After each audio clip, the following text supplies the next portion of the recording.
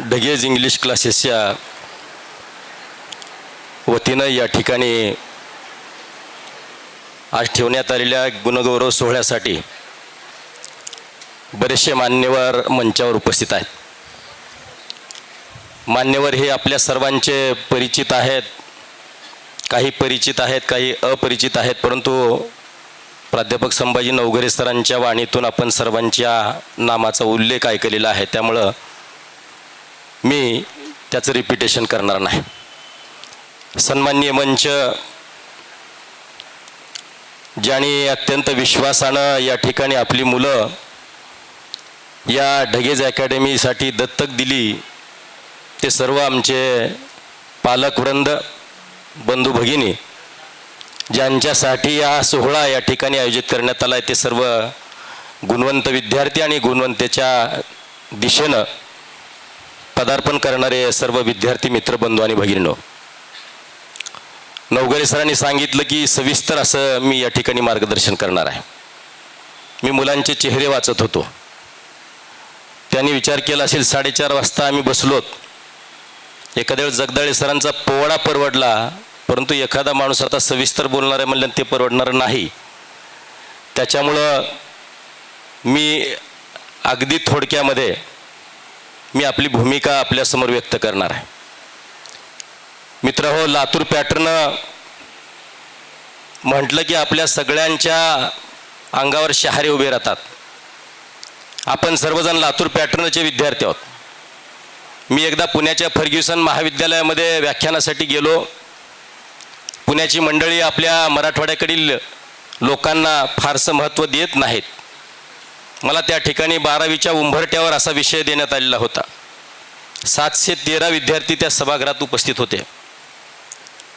मी ज्यावेळेला त्यांना सांगितलं की लातूर ही शिक्षणाची पंढरी आहे, त्यावेळेला एकाही विद्यार्थ्यांनी, एकाही प्राध्यापकाने टाळ्या वाजवल्या नाहीत. परंतु मी ज्यावेळेला त्यांना सांगितलं की लातूर ही शिक्षणाची आई आहे, परंतु पुणे ही आईची आई आहे, असं म्हटल्यानंतर सगळ्यांनी टाळ्यांचा कडकडाट केला. त्याचं कारण असं आहे, कुणालाही आपलं शहर, आपला जिल्हा, आपली भूमी ही आपल्याला आवडत असते. परवाला प्राध्यापक अनिरुद्ध जाधव सरांनी एक मुलाखत दिली आणि त्या मुलाखतीमध्ये सांगितलं की ज्यावेळेला 25-30 वर्षापूर्वी आम्ही महाराष्ट्राचा दौरा करत होतो, त्यावेळेला पश्चिम महाराष्ट्रामध्ये मोठमोठ्या शहरांमध्ये येथे लातूर पॅटर्नप्रमाणे शिकवले जाईल अशा त्या ठिकाणी पाट्या लावल्या जायच्या. त्याचं कारण असं आहे की लातूर पॅटर्नवर जो विश्वास संबंध महाराष्ट्रातल्या आणि आता देशातल्या लोकांनी टाकलेला आहे, केवळ हे लातूर पॅटर्न ही शिक्षण पंढरी नसून आता एज्युकेशनल हब झालेला आहे. आणि या धावत्या युगामध्ये इंग्रजी भाषेसारखी भाषा अस्खलित पद्धतीनं, कशा पद्धतीनं आपल्याला बोलता आली पाहिजे, लिहिता आली पाहिजे, याचं ज्ञान गेल्या 25 वर्षापासून या नगरीमध्ये देत असलेले ढगेज बंधू हे आमच्या सर्वांचं खऱ्या अर्थानं प्रेरणास्थान आहे. ज्यावेळेला इंग्रजी आम्हाला 10वीला इंग्रजी आणि गणित हा विषय आला आणि निकालाची परंपरा आता पालकामध्ये जी बसलेली मंडळी त्यांना सगळ्यांना ठाऊक आहे. 10वीचा निकाल लागला की कुणीतरी म्हणायचं माय गेली का बाप गेला. माय म्हणजे इंग्रजी आणि बाप म्हणजे गणित. म्हणजे इंग्रजी आणि गणितामध्ये फार कमी लोक त्यावेळेला पास व्हायची, फार कमी विद्यार्थी त्यावेळेला पास व्हायचे. परंतु हल्ली आता तशा पद्धतीचं वातावरण राहिलेलं नाही. 98 ते 100 गुणाची मुलं आता इंग्रजी भाषेमध्ये ते गुण घेतात.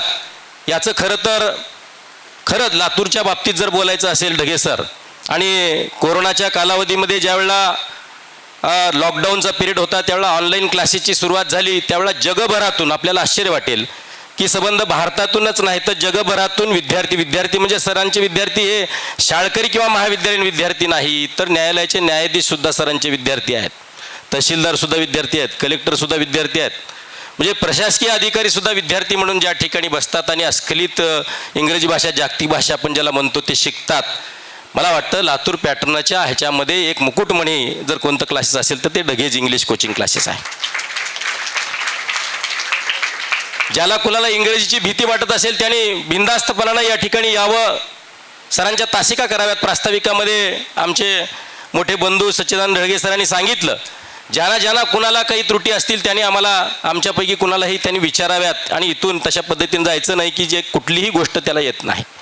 एकदा एक राजा होता आणि त्या राजाच्या बाबतीत अनेक सांगितलं जायचं की या राजाला सगळ्या गोष्टी येतात, जगभरामध्ये त्याची प्रसिद्धी झाली, सगळ्या गोष्टी येतात. एक विद्वान आला आणि त्यांनी सांगितलं, तुमच्या राजाला सगळ्या गोष्टी येतात, फक्त एक गोष्ट येत नाही. सगळेजण आश्चर्यचकित झाले.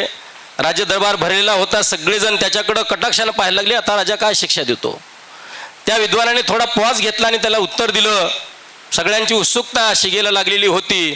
तुमच्या राजाला सगळं येतंय, परंतु एक गोष्ट येत नाही. ती येत नाही कोणती गोष्ट ते, तर त्याला नाही म्हणता येत नाही.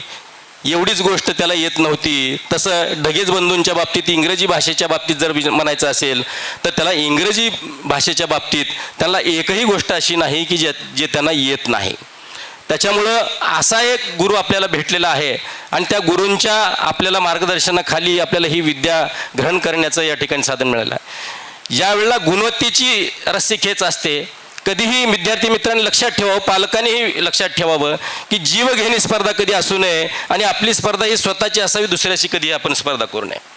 आपलं किती चुकलंय याचं आत्मपरीक्षण आपण करायला पाहिजे आणि त्याच्यामध्ये काय आता त्याच्यामध्ये वृद्धिंगत करायला पाहिजे, भर घालायला पाहिजे आणि ते आत्मसात केल्यानंतरच आपली गुणवत्ता वाढत असते.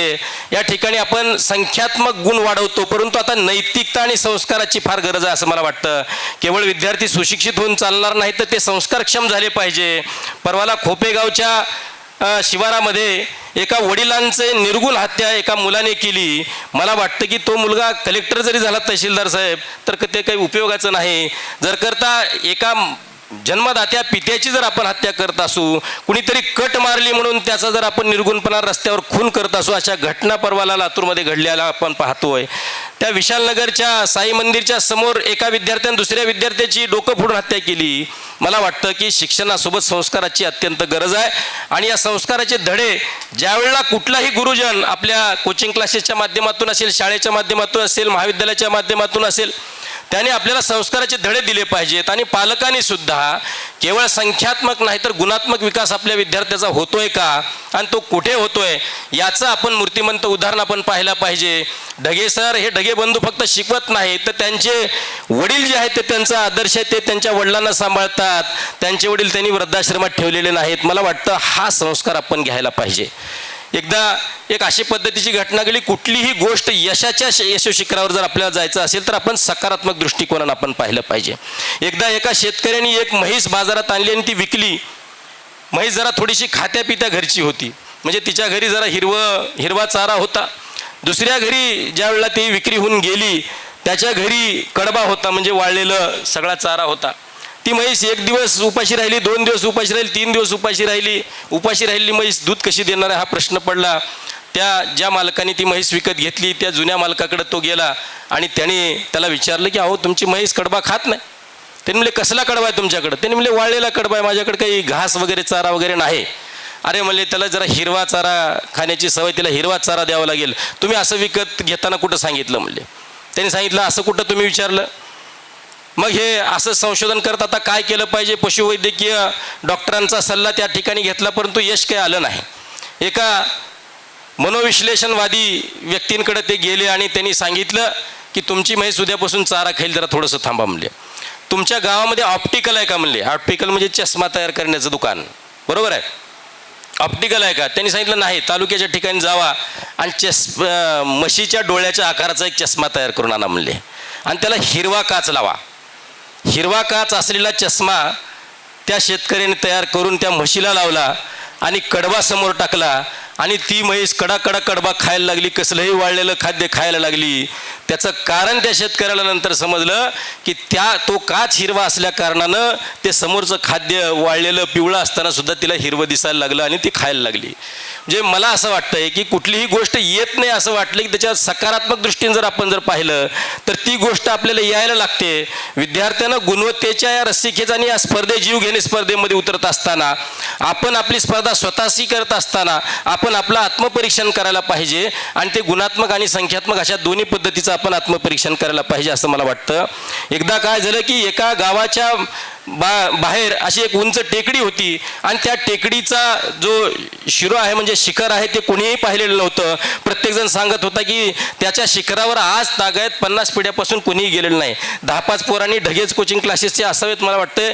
त्यांनी ठरवलं की आता आपण या टेकडीचा आपल्याला शिरोरेखा जी आहे जे शिखर आहे त्याचं गाठायचं आणि त्या ठिकाणी आपला ध्वज आपल्याला त्या ठिकाणी रोवायचा आहे. असं 10-12 युवकांनी ठरवलं. गावातल्या माणसाला कळालं, मंगळवारचा दिवस होता, सकाळची वेळ होती आणि ते सरासरा विद्यार्थी 10 विद्यार्थी त्या टेकडीच्या दिशेनं वरच्या दिशेने ते चढू लागले. काही विद्यार्थी घसरून पडले. 10चे 8 झाले, 8चे 6 झाले, 6चे 4 झाले, 4चे 2 झाले.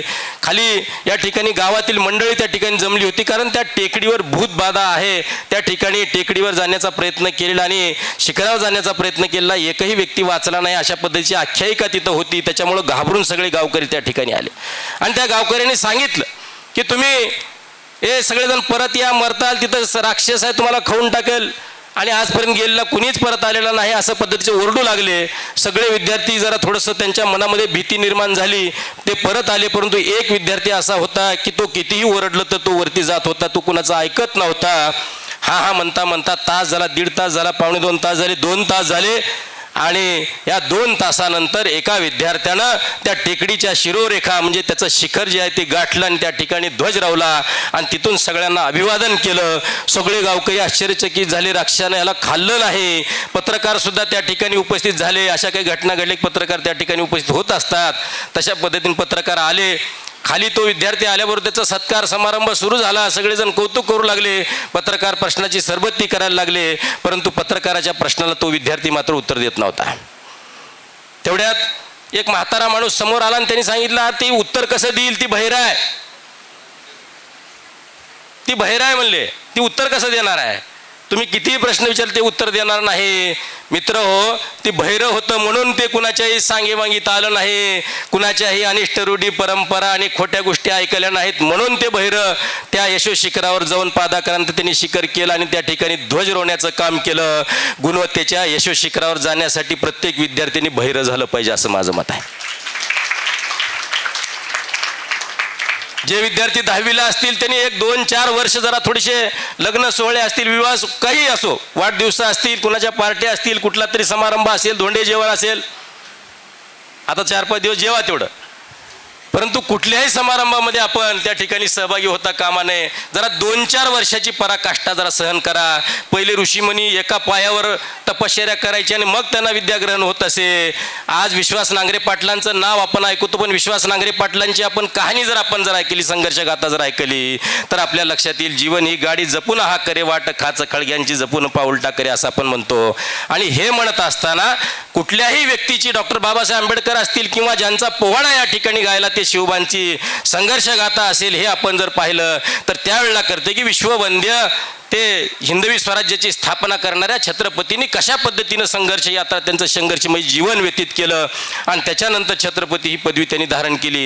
मित्र, कुठलीही यशोशिखर गाठण्यासाठी आपल्याला एवढं सोपं नसतं जेवढं आपल्याला वाटतं. परेडला एका कार्यक्रमासाठी गेलो होतो. गोपीनाथराव मुंडे साहेब 2013ला ते वारले होते आणि 2014ला त्यांच्या स्मृतीप्रित्यर्थ 1 लाख रुपयाचा गोपीनाथराव मुंडे संघर्ष पुरस्काराचं आयोजन करण्यात आलं होतं. मागासवर्गीय कुटुंबातील एक मुलगी महाराष्ट्र राज्यामध्ये 86% गुण घेऊन महाराष्ट्र राज्यामध्ये ती प्रथम आली होती मागास प्रवर्गातून आणि तिला 1 लाख रुपयाचा तो संघर्ष पुरस्कार त्या ठिकाणी जाहीर झालेला होता. विश्वास नांगरे पाटील कार्यक्रमाचे प्रमुख पाहुणे होते. पुण्याचे उद्योजक DSK पाहुणे होते. पंकजाताई मुंडे लातूर आणि बीडच्या पालकमंत्री होत्या. मी सूत्रसंचलनासाठी गेलो होतो आणि सहज गतीनं कुठल्या विद्यार्थी त्याची आता एक पराकाष्ठा, तिची जीवनयात्रा काय आहे, तिचं थोडंसं अभ्यास मी ज्यावेळेला केला त्यावेळेला माझं मन गहिरून आलं. मित्र, त्या विद्यार्थ्यांना मागासवर्गीय प्रवर्गातून 86% गुण घेऊन महाराष्ट्रात प्रथम आली, याच्यामुळं माझं मन गहिरून आलं नाही. तर आज आपण काही अडीअडचणी सांगतो की ह्याच्यामुळं मला कमी मार्क पडले, त्याच्यामुळं मला कमी मार्क पडले, माझ्या आईनं किंवा माझ्या वडिलांनी मला त्याचा पुरवठा केला नाही, ह्याचा पुरवठा केला नाही, या गुरुजींनी काही शिकवलं नाही, 2 पुस्तकं मिळाली नाहीत, असे घराणे गारण्यासाठी सगळ्या विद्यार्थ्यांसाठी मी तुम्हाला सांगतो, ती परळीची मुलगी ज्यावेळेला मी तिची जीवनगाथा वाचत होतो त्यावेळेला जगदाळे सर, ती मुलगी कुठल्या प्राध्यापक, कुठल्या वकिलाची, कुठल्या शिक्षकाची, कुठल्या उद्योजकाची, कुठल्या व्यापाऱ्याची आणि कुठल्या शेतकऱ्यांची सुद्धा ती मुलगी नव्हती. ती मुलगी होती स्मशानामध्ये प्रेत जाळणाऱ्या त्या दाम्पत्याची ती मुलगी होती. ज्या वेळेला एखादा माणूस रात्री मरावा आणि त्याचा भडाग्नी त्या ठिकाणी एखादं प्रेत जाळावं, त्याच्या भडाग्नीच्या प्रकाशामध्ये अभ्यास करायला त्या दिवशी तिला मिळत असे.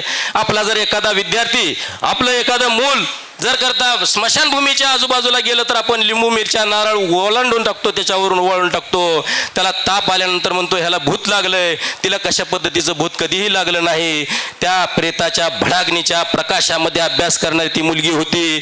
तिला कधी गोडधोड खावं वाटलं तर 12वा 13वा 14वा दिवस कुण्यातरी एखाद्या प्रेताचा त्या ठिकाणी यावा लागत होता आणि त्या ठिकाणी नैवेद्य म्हणून त्या ठिकाणी खीर वगैरे काही गोड पदार्थ ठेवल्यानंतर ती मुलगी त्या ठिकाणचं वर्षभराचं आपल्याला हे मिष्टान्न मिळाले म्हणून ती खात होती. अशा परिस्थितीत जगणारी आणि 10वी आणि 12वी काय असते, SSC आणि HSC काय असते, तिच्या मायबापाला त्या गोष्टी काहीच माहीत नव्हत्या. अशी ती मुलगी कुठल्या तरी कागदावर लिहावा आणि सुईच्या त्या धाग्याने एखादा तो कागद विणून ठेवावा अशा पद्धतीची रद्दी टाईप तिनं एक वही केलेली होती, तिथं तिनं दाखवायला आणलेली होती. मित्र हो, असं ज्या वेळेला चित्र आपल्या डोळ्यासमोर येतं त्यावेळेला अंतकरण गहिवरून येतं. ज्या विद्यार्थ्यांना चित्रपट आणि मोबाईल पाहण्यामध्ये रस वाटतो, अभ्यास न करताच आपल्याला गुणवत्ता यादीत येण्याचे स्वप्न पडायला लागतात, त्या विद्यार्थ्यांनी थोडंसं त्या परळीच्या विद्यार्थिनीची आपण जीवनगाथा, संघर्ष गाथा जर ऐकली, मायबापाच्या हातावर पडलेले घट्टे जर आपण जर पाहिले, शेतकरी आपला बाप तिथं राबतो आणि आपल्याला कसल्याही पद्धतीची कमतरता या ठिकाणी पडू देत नाही. ही ज्यावेळेला कष्टाची शिदोरी आपण ज्या ठिकाणी पाहतो त्यावेळेला कुठलाही विद्यार्थी बेईमान होता कामा नये, कुठलाही विद्यार्थी बेईमान होणार नाही. त्यामुळं आपण ही संघर्ष गाथा आपण लक्षात ठेवायला पाहिजे. मला वाटतं एवढ्या गरीब दाम्पत्याचा एकही मुलगा एकही मुलगी या ठिकाणी बसलेली नसेल. त्यामुळं गुणवत्तेच्या शिरोरेखा गाठण्यासाठी आपल्याला कसल्याही पद्धतीची अडचण या ठिकाणी येणार नाही.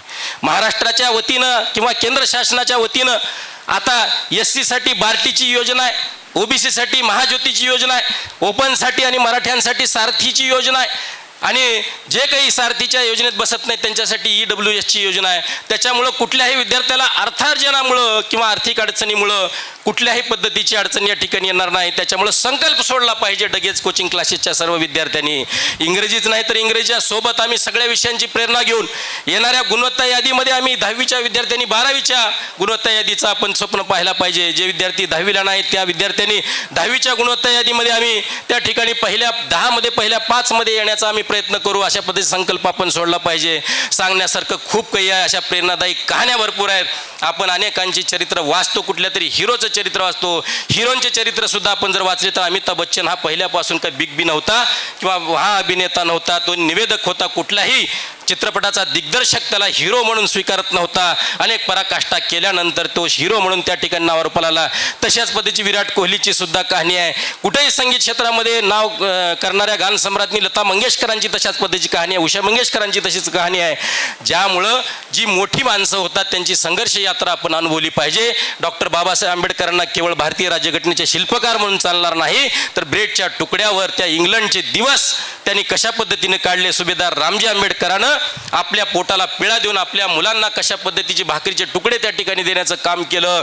ही जर आपण जर संघर्ष गाथा जर आपण जर लक्षात ठेवली तर मला वाटतं की आपल्याला गुणवत्ता यादीत येण्यासाठी आपल्याला कुणीही रोखू शकत नाही. मित्रहो, ढगेज कोचिंग क्लासेसचे सर्व विद्यार्थी त्या दिशेनं पावलं टाकतील अशी मी या ठिकाणी अपेक्षा करतो.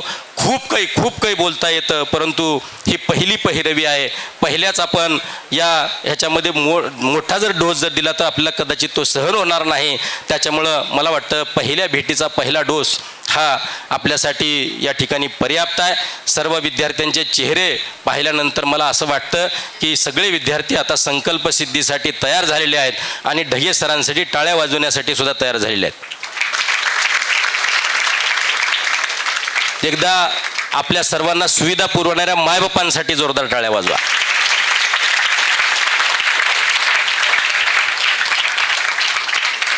मित्रहो, पुढे चलून भविष्यामध्ये IAS IPS नाही होता आलं तर आपण चांगला माणूस तरी बना. कोला हालात साऱ्या माणूस शोधतो मी, गर्दीत माणसाच्या माणूस शोधतो मी. माणूस शोधण्याची वेळ आज वर्तमानात आलेली असताना सगळी माणसं घडवण्याची ही किमया आणि जबाबदारी ही सर्व शिक्षकांवर आलेली आहे. लातूर पॅटर्नला बदनाम करण्याचा जो प्रयत्न सुरू झालेला आहे तो प्रयत्न आपण उखाडून टाकूया आणि येणाऱ्या आता नीटची एक्झाम असेल किंवा आता पुढच्या आपल्या सगळ्या एक्झाम्स असतील त्या निकालाच्या परंपरेतून आपण पुन्हा एकदा लातूर पॅटर्नची शक्ती आपण दाखवून देऊया अशी मी आपल्या वतीनं सर्वांच्या वतीनं साक्ष संबंध महाराष्ट्राला आणि देशाला आश्वासन देतो की ती परंपरा तशाच पद्धतीनं कायम राहील, त्याच्यापेक्षा जास्तीचं वृद्धिंगत होईल अशी अपेक्षा आपल्या सर्वांकडून व्यक्त करतो. मला या ठिकाणी बोलावलं, उशीर आल्यानंतर सुद्धा बोलण्याची संधी दिली त्याबद्दल दोन्ही ढगेज बंधूंचं मी मनपूर्वक या ठिकाणी धन्यवाद व्यक्त करतो. आपल्या सर्वांचं धन्यवाद व्यक्त करतो. माझ्या वाणीला विराम देतो. जय हिंद, जय महाराष्ट्र. धन्यवाद.